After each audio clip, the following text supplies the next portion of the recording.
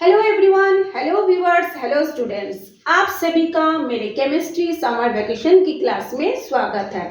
You all are welcome to my chemistry summer class. Today's our topic is solid state, यानी कि ठोस अवस्था। हम क्लास थर्ड, फोर्थ, फिफ्थ से ही ये जान चुके हैं। हमारे अराउंडिंग में जो भी हम देख पाते हैं, हिल, माउंटेन, वाटर, लिक्विड, जो भी हम देख पाते हैं, ऑक्सीजन, नाइट्रोजन, जो भी हम जानते हैं, इस सारी चीजों को हम बोलते हैं मैटर।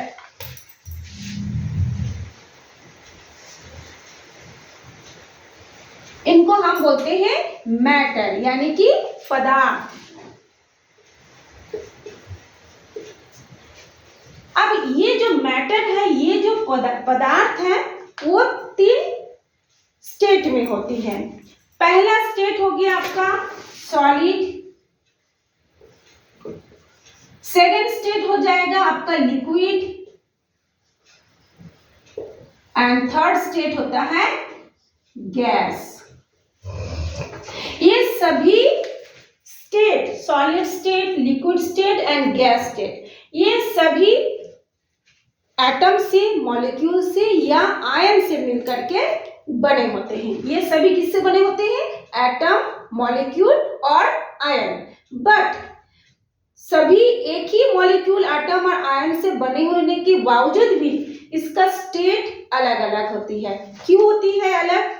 जैसे हम सॉलिड स्टेट में देखेंगे, उसके जो पार्टिकल होते हैं, यानी उसके जो कण होते हैं, उसकी जो इलेक्ट्रॉन, प्रोटॉन, न्यूट्रॉन या उसकी जो एटम होती है, तो वो क्या होते हैं? बहुत पास पास अरेंज होते हैं, बहुत पास पास एक ऑर्डर में, एक निश्चित क्रम में व्यवस्थित होते हैं।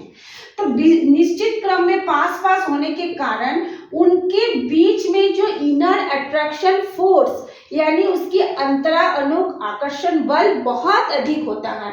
तो बहुत अधिक होने के कारण ये एक दूसरे के बहुत पास पास आते हैं। वो अपना मूवमेंट, उसकी जो पार्टिकल्स है, मूवमेंट नहीं कर पाते, गतिशील अवस्था में नहीं होता। तो गतिशील अवस्था में ना होने के कारण इसके जो कण होते हैं बहुत पास पास होते हैं, और वो एक निश्चित क्रम में व्यवस्थित होने के कारण उसकी एक शेप बन जाती है, एक जियोमेट्रिकल शेप बन जाती है।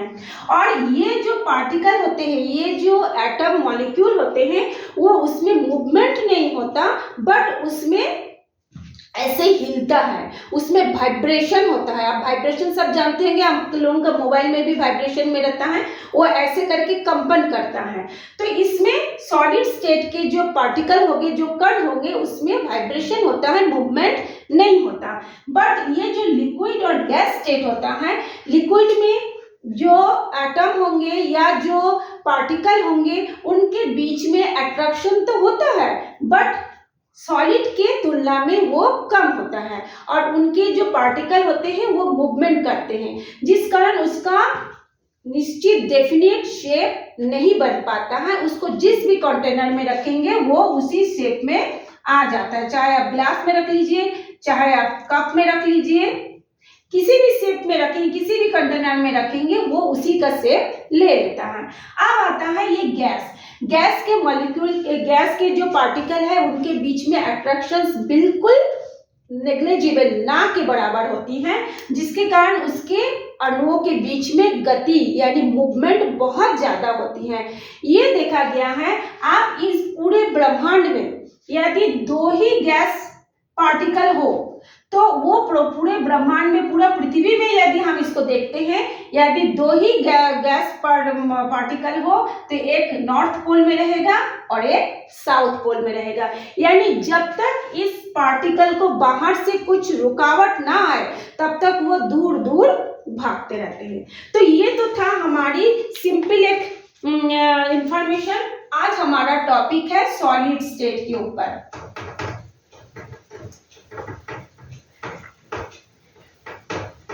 सॉलिड स्टेट, सॉलिड स्टेट कैसे होगा?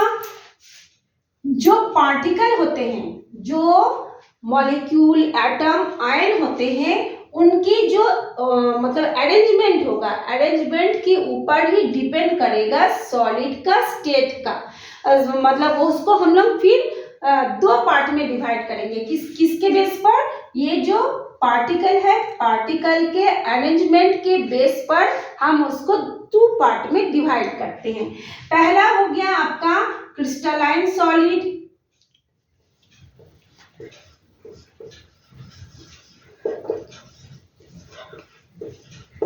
और एक होता है नॉन क्रिस्टलाइन या अमोर्फस सॉलिड।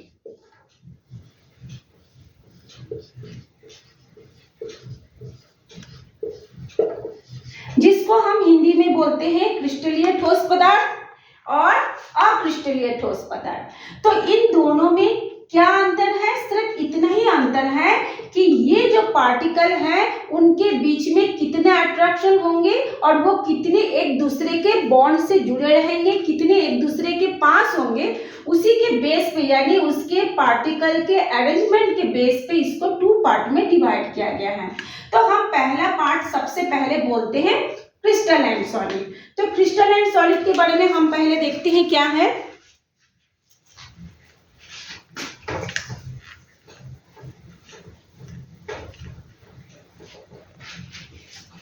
तो क्रिस्टलाइन सॉलिड में इसके इस तरह से ये पार्टिकल रहते हैं। जिस तरह से आप लोग एग्जामिनेशन हॉल में देखे होंगे, एक बेंच लगा होता है, ये ऐसे करके ये बेंच लगा है और एक इस साइड में बैठते हैं और एक इस साइड में बैठते हैं। ठीक उसके पीछे भी एक यहाँ एक यहाँ। तो देखेंगे ऐसे करके ये लंबा एक लॉन्ग ऑर्डर में होगा, एक लॉन्ग व्यवस्थित क्रम में, एक लंबी व्यवस्थित क्रम में जब वो होता है और इसी का जब ये बार बार रिपीटिशन होता है तो क्या बनता है? एक ऐसे डेफिनेट शेप बन जाता है।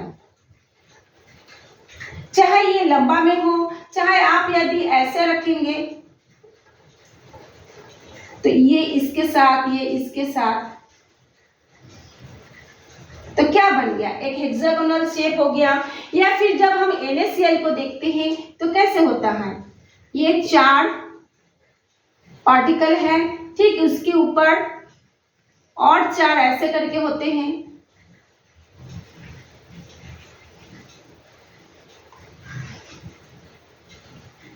फिर ये किस शेप में आ गया? स्क्वायर शेप में या क्यूबिक शेप में आ जाता है। तो ऐसे करके एक लॉन्ग ऑर्डर में जब आपका पार्टिकल एक दूसरे के साथ सिस्टमेटिक वे से एक दूसरे के ऊपर ऐसे जमते जाएगा या एक दूसरे के बाद ऐसे रखते जाएंगे तो उसमें एक निश्चित आकार और निश्चित आकृति बन जाएगा, जिसको हम बोलते हैं क्रिस्टलीय सॉलिड। ठीक। और जो नॉन क्रिस्टलाइन होते हैं अमोर्फस सॉलिड होगा, वो कैसे होगा?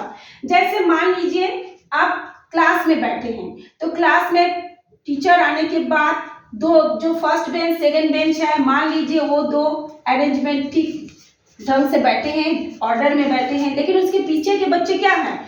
कोई फर्स्ट बेंच में 2, पीछे बेंच में 2, लेकिन थर्ड बेंच में देखा गया 4, 5, 6 बैठ गए, या फोर्थ बेंच में 3 बैठ गए। तो ये सब यदि आप सारे बच्चे मान लेते हैं, आप अपने आप को कण मान लेते हैं, अणुपरमाणु मान लेते हैं, तो ये क्या होता है? इसमें 2, इसमें 2, फिर इसके बाद इसमें 5, इसमें 3, ये फिर क्या हो गया? डिसऑर्डर में हो गया, अव्यवस्थित क्रम में हो जाता है। तो जब ये कण अव्यवस्थित क्रम में होगा तब उसकी कोई निश्चित आकार और आकृति नहीं बनेगी, तब उसको हम बोलेंगे अक्रिस्टलीय ठोस पदार्थ या फिर हम बोलेंगे अमोर्फस सॉलिड। दोनों में क्लियर हो गया?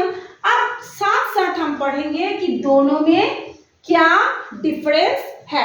तो दोनों में जब हम डिफरेंस पढ़ेंगे तो दोनों का ही गुण हमको पता चल जाएगा।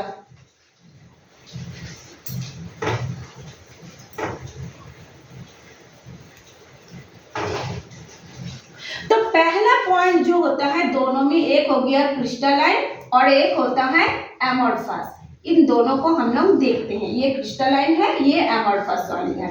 तो पहला पॉइंट क्या होगा क्रिस्टलाइन सॉलिड में इसकी जो कण होंगे वो व्यवस्थित रूप से मतलब एक ऑर्डर क्या बोलते हैं रेगुलर ऑर्डर में व्यवस्थित होंगे, मतलब एक निश्चित क्रम में एक दूसरे के साथ बंधे हुए रहेंगे और एक व्यवस्थित रूप में वो सजे हुए रहेंगे एक के बाद एक के बाद एक। और जो एमॉर्फस होगा उसमें जो जो पार्टिकल होगा मॉलिक्यूल एटम और आयन वो डिसऑर्डर फॉर्म में अरेंज होंगे, जिसके कारण उसकी कोई निश्चित शेप और साइज नहीं बनेगा। क्रिस्टलाइन में व्यवस्थित होने के कारण इसके डेफिनेट शेप एंड साइज होगा, जबकि एमॉर्फस में कोई डेफिनेट शेप नहीं होगा। पहला पॉइंट। दूसरा पॉइंट हम देखते हैं कि ये जो क्रिस्टलाइन सॉलिड है, आपको मैं एक चीज से दिखाती हूं।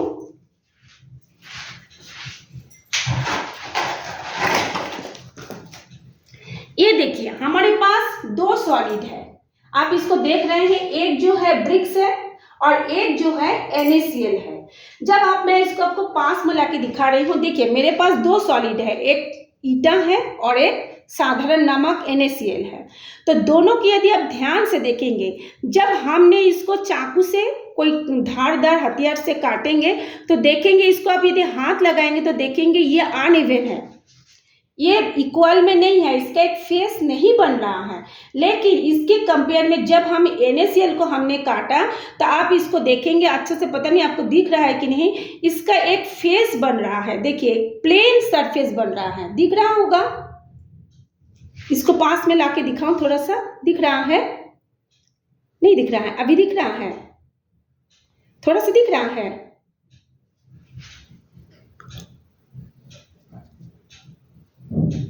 दिखाती हूँ,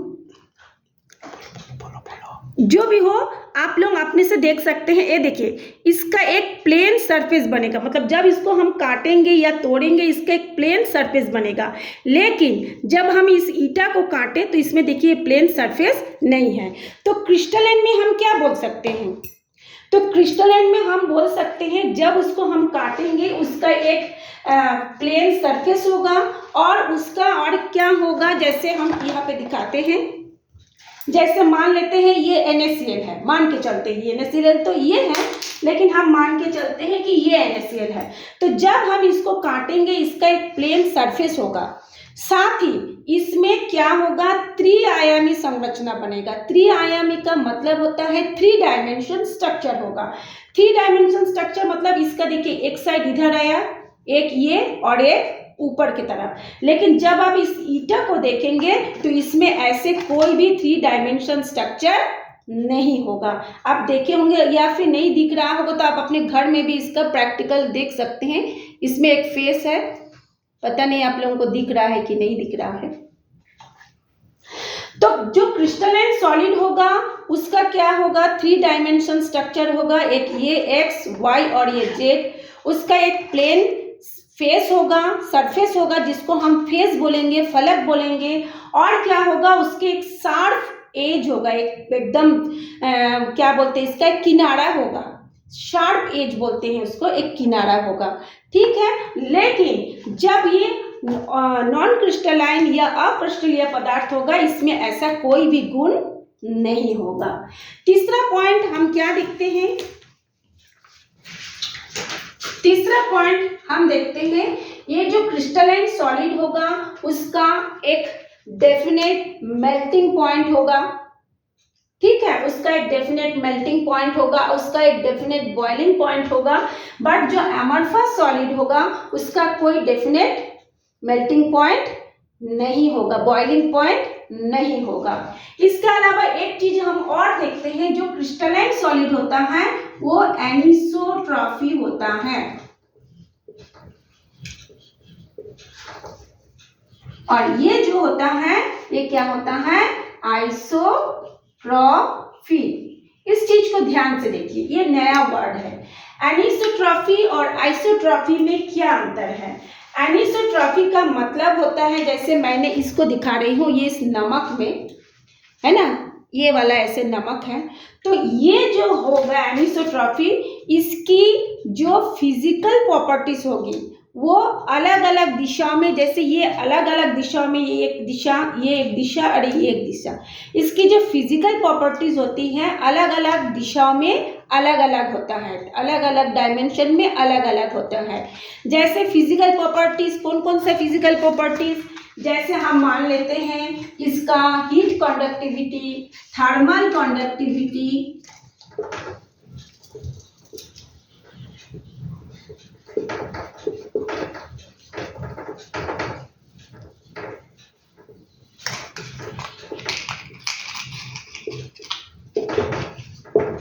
हीट कंडक्टिविटी, थर्मल कंडक्टिविटी, इन अपवर्तनांक जिसको हम बोलते हैं रिफ्रैक्टिव इंडेक्स,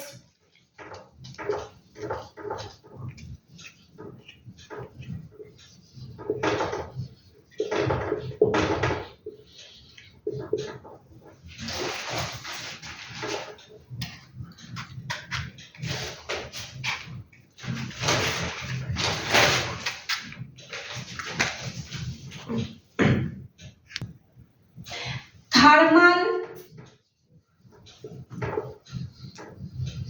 एक्सपेंशन,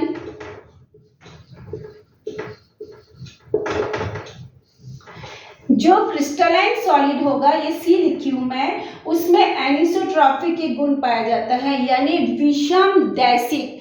विषमता से आपको पता चलता है कि अलग अलग दिशा, विषम मतलब अलग अलग दिशा, ये हो गया एक ऊपर की, एक इस साइड की, ये एक साइड की, तीनों दिशाओं में इसकी फिजिकल प्रॉपर्टीज अलग अलग होती है।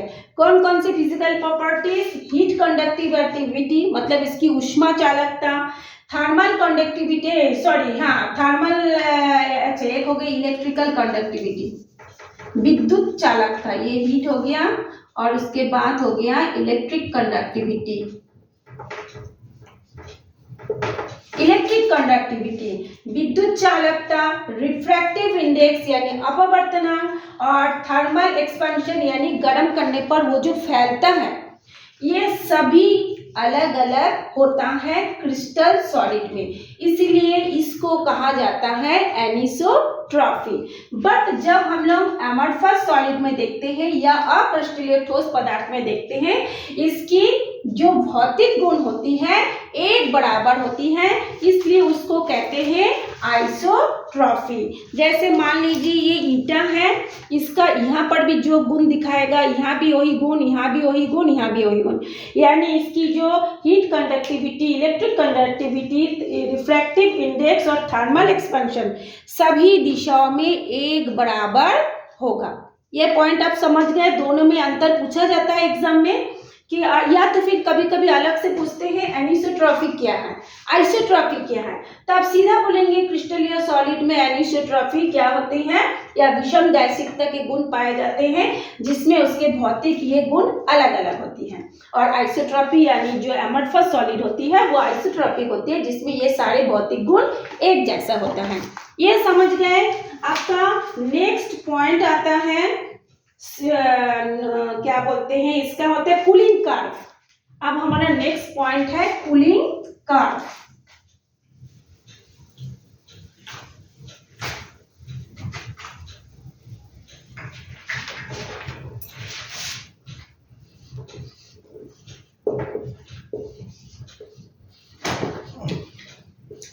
कूलिंग कर्व का मतलब क्या होता है? कूलिंग से आपको पता चल रहा है कि ठंडा होना यानी शीतलन होना। कर्व से मतलब होता है एक ग्राफ जैसा बनेगा। जैसे मान लीजिए हमने एक ग्राफ खींचा, यहाँ पे आप अपने हिसाब से x और y कर दीजिए।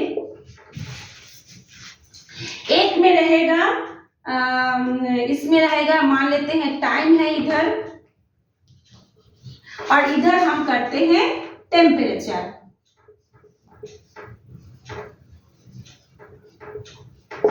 तो जो क्रिस्टलाइन सॉलिड होगा उसका क्या होता है, समय के साथ जो वो ठंडा होगा, समय के साथ जो वो ठंडा होगा वो क्या होता है, डिसकंटिन्यूअस, मतलब वो क्या बोलते हैं, नॉन कंटिन्यूअस में होता है, असतत होता है, नॉन कंटिन्यूअस होता है।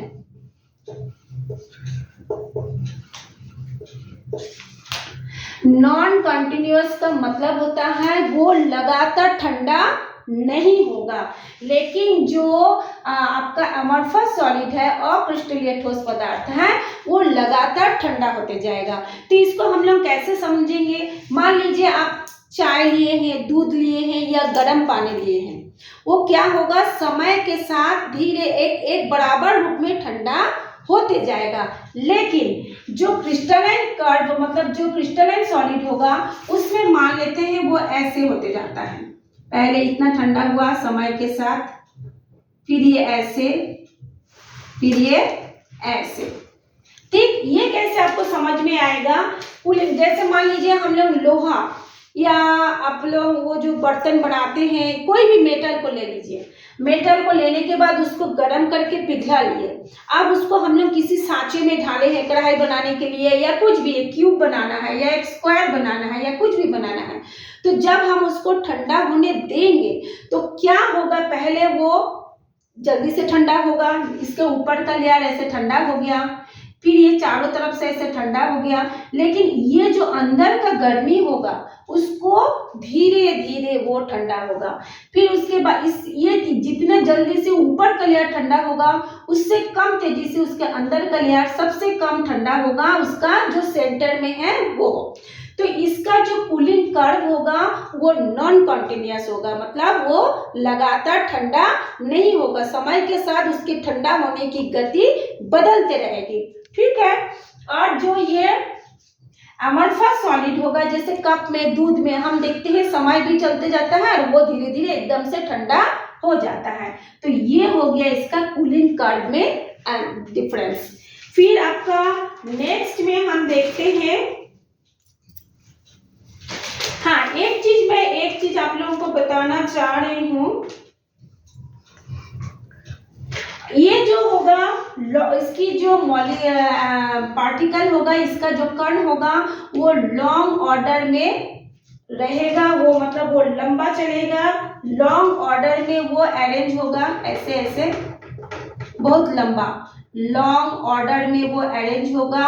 और ये जो इसका जो पार्टिकल अरेंज होगा वो लॉन्ग ऑर्डर में अरेंज नहीं है। मान लो ये दो सही है, उसके बाद ये फैल गया है, ऐसे हो गया, फिर ये दो आ गया, ऐसे हो गया, फिर मान लो ये ऐसे हो गया, मतलब वो डिसऑर्डर में, वो लॉन्ग ऑर्डर में अरेंज नहीं होगा, वो डिसऑर्डर में रहेगा। ये एक पॉइंट हो गया। और मैं आपको एक चीज और अच्छा एक पॉइंट आपको बताना चाहती हूँ, देखिए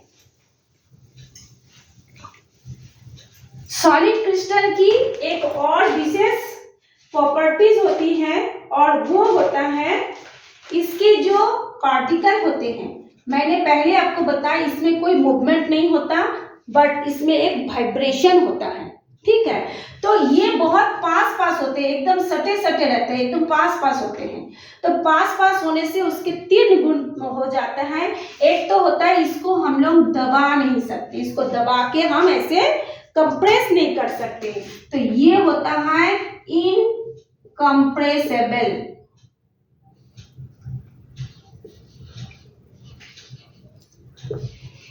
इसको हम दबा नहीं सकते, ये इनकम्प्रेसेबल होती है।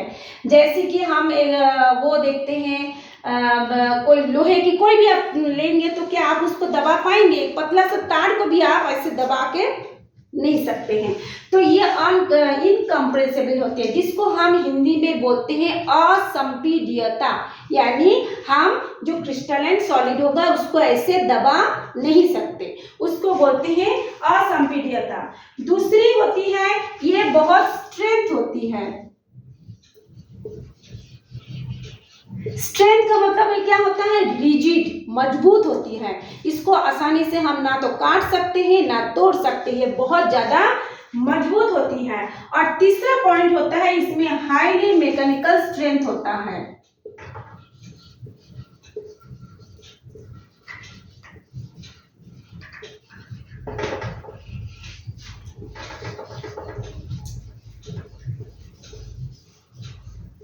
हाईली मैकेनिकल स्ट्रेंथ इसका मतलब क्या बोली मैं, ये असंभवीय गुण पाए जाते हैं, इसको हम दबा नहीं सकते हैं। इसके बहुत दृढ़ता होती है, दृढ़ता मतलब मजबूती होती है, जिसको हम स्ट्रेंथ बोलते हैं।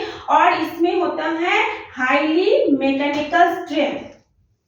इसका मतलब क्या है, हाईली मैकेनिकल स्ट्रेंथ का मतलब होता है जैसे हम किसी ठोस को, मान लेते हैं ये कोई मेटल है, ठोस को ऐसे हम दबाते हैं, ठीक है ना, तो वो उसका प्रतिरोध करता है, वो उसका रेजिस्टेंस करता है, वो उसको तोड़ने से रुकता है कि नहीं हम इसको टूटने नहीं देंगे, जैसा हम इसको ऐसे तोड़ने की कोशिश करेंगे। लेकिन ये क्या होता है, इस हाईली मैकेनिकल स्ट्रेंथ के कारण ये उसका अपोज करता है, विरोध करता है, रेजिस्टेंस करता है, जिसके कारण इसको हम लोग आसानी से तोड़ नहीं सकते।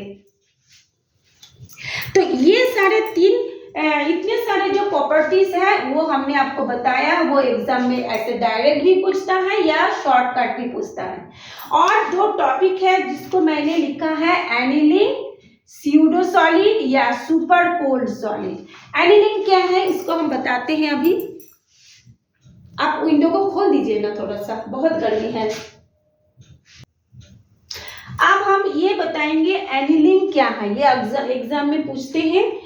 एनीलिंग और स्यूडो सॉलिड या सुपर कूल्ड लिक्विड क्या है इसको पूछते हैं। एनीलिंग क्या है, कुछ एमोर्फस सॉलिड होते हैं, यानी कुछ अक्रिस्टलीय ठोस पदार्थ होते हैं, जिसको यदि एक डेफिनेट टेम्परेचर पर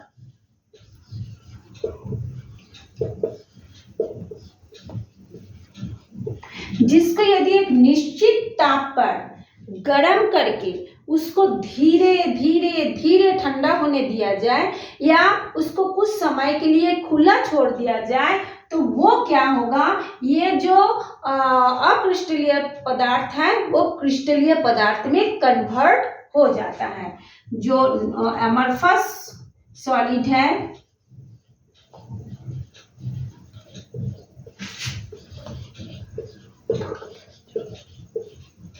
वो किसमें हो जाता है, क्रिस्टलाइन।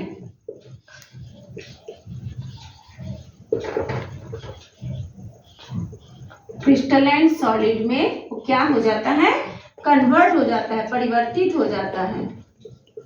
तो क्या बताई मैंने, एनीलिंग क्या है, जब कोई अक्रिस्टलीय पदार्थ को एक निश्चित ताप पर गर्म करके उसको धीरे धीरे ठंडा किया जाए या कुछ समय के लिए उसको ऐसे खुला छोड़ दिया जाए, तो क्या होगा, क्रिस्टलीय ठोस पदार्थ में परिवर्तित हो जाता है, जिसको हम कहते हैं एनीलिंग। ये एग्जाम में आता है, हो सकता है इस बार आए।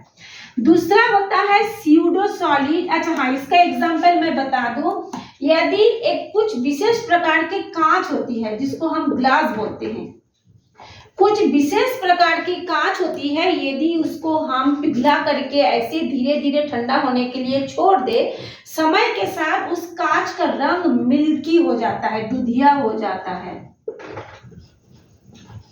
क्या हो जाता है, दूधिया हो जाता है, जिसको हम बोलते हैं एनीलिंग। तो एग्जाम में आपको डेफिनेशन के साथ साथ ये एग्जाम्पल भी देना होगा। सभी कांच ऐसा नहीं होता है, कुछ विशेष प्रकार की कांच को ही ऐसे खुला छोड़ने पर वो दूधिया हो जाता है, जिसको कहा जाता है एनीलिंग। आगे का है स्यूडो सॉलिड या सुपर सॉलिड क्या है। ये देखिए, ये टॉपिक है स्यूडो सॉलिड या फिर हम इसको क्या बोलते हैं, सुपर कूल्ड सॉलिड, या फिर इसको हम हिंदी में बोलेंगे अतिशीतित द्रव।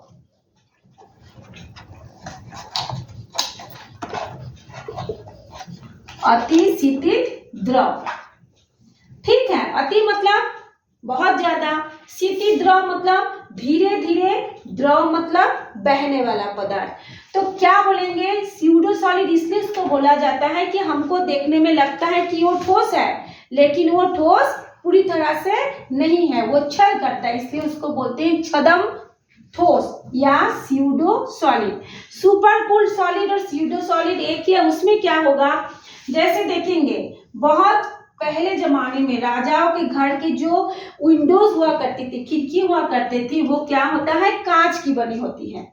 और वो कांच धीरे धीरे धीरे धीरे समय के साथ, मान लीजिए ये कांच की मोटाई चारों तरफ एक बराबर है, लेकिन समय के साथ वो धीरे धीरे ऊपर की ओर पतला होता जाता है, उसका थिकनेस क्या हो जाता है, थिन हो जाता है, पतला हो जाता है, और वो नीचे तरफ मोटा हो जाता है। मान लीजिए जब वो शुरू में कांच था, यहाँ भी 2 mm है, नीचे भी 2 mm है, मान के चलते हैं, इसमें भी 2 mm, इसमें भी। लेकिन समय के साथ लंबे समय के बाद देखा गया कि ऊपर वाला जो कांच है वो 1 mm हो गया, और नीचे वाला क्या हो गया, 3 mm हो गया। ये हमको खुली आंखों से दिखाई नहीं देता, लेकिन वो बहता है। ये जो बहने की प्रवृत्ति होती है जो अक्रिस्टलीय ठोस पदार्थ में, उसी को कहते हैं स्यूडो सॉलिड या super cooled solid, pseudo solid या सुपर।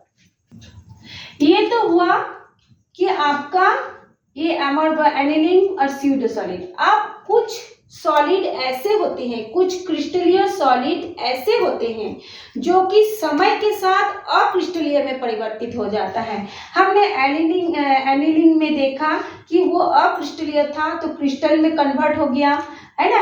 और स्यूडो सॉलिड वो बहने की गुण हो गया सॉलिड में, अक्रिस्टलीय पदार्थ में। लेकिन कुछ ऐसा भी अक्रिस्टलीय सॉलिड पदार्थ होते हैं जो कि समय के साथ क्रिस्टल में परिवर्तित हो जाता है। जैसे हम देखते हैं बालू, बालू का नाम क्या है, सिलिका,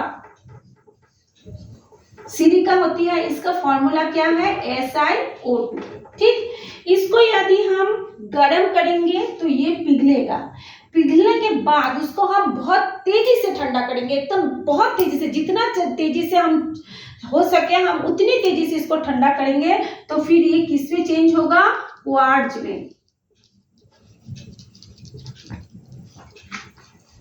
ये क्वार्ट्ज में, यानी ये अक्रिस्टलीय पदार्थ था, लेकिन गर्म करके तेजी से ठंडा करने पर ये क्वार्ट्ज में कन्वर्ट हो गया। और एनिलिंग में क्या होता है, क्रिस्टल मतलब वो अक्रिस्टलीय को गर्म करके पिघला कर धीरे धीरे ठंडा करने पर वो क्रिस्टल में परिवर्तित हो गया। दोनों में अंतर अभी यही होता है। ये क्वार्ट्ज में ये जो है ये पहले क्रिस्टल था और बाद में अक्रिस्टलीय हो गया। इसी तरह से एक एग्जांपल, 2 एग्जांपल आप और देख सकते हैं, जैसे कि हीरा, ग्रेफाइट, फुलरिन, ये आप देखते होंगे, ये अपर रूप होते हैं, यानी इसमें बहुरूप होते हैं, ये एमरफस होती हैं। मान लीजिए ये डायमंड है, फिर ये हो गया ग्रेफाइट, आप हो गया कार्बन जिसको हम कोयला बोलते हैं, ऐसे फुलरिन, ये सभी क्या होते हैं, जो इसके जो पार्टिकल्स होंगे, इसके जो कण होंगे, इसके जो अणुपरमाणु होंगे, एटम होंगे, मॉलिक्यूल होंगे, उसके अव्यवस्थित होने के कारण, उसके जो पार्टिकल होंगे वो आपस में डिसऑर्डर में अरेंज होने के कारण इसका स्ट्रक्चर, इसका शेप, सब चीज क्या हो जाता है, बदल जाता है, जिसको हम बोलते हैं अपर रूप बोलते हैं, या इसको हम क्या बोलेंगे, बहुरूप बोलते हैं, बहुरूपता बोलते हैं। मतलब सिर्फ एक ही चीज से बना है, डायमंड, ग्रेफाइट, कार्बन, फुलरिन, ये कार्बन से ही बना है, लेकिन इसके पार्टिकल, इसके कण के अव्यवस्थित होने के कारण ये कई रूपों में मिलता है, जिसका भौतिक गुण भी क्या हो जाता है, अलग अलग हो जाता है, तो इसको कहा जाता है बहुरूप। ठीक, तो आज हमारा टॉपिक था सॉलिड स्टेट, उसमें हमने पढ़ा क्रिस्टलिन और नॉन क्रिस्टलिन में, या क्रिस्टलिन और एमरफस में डिफरेंस क्या है, उसमें हमने एनिसोट्रॉपी, आइसोट्रॉपी पढ़ा, और जो कूलिंग कर्व है उसको पढ़ा, उसके मेल्टिंग पॉइंट और किस तरह से वो बनता है उसको पढ़े, और ये पढ़े हैं हम लोग एनिलिंग, स्यूडो सॉलिड या सुपर कूल्ड सॉलिड। तो इसको आप लोग तैयारी कर लेंगे, जब आपको ये तैयारी हो जाएगा, कल तो नहीं परसों हम आपका फिर इसका बाद वाला टॉपिक आपको समझाएंगे, एक दिन आप लोग इसकी तैयारी करेंगे।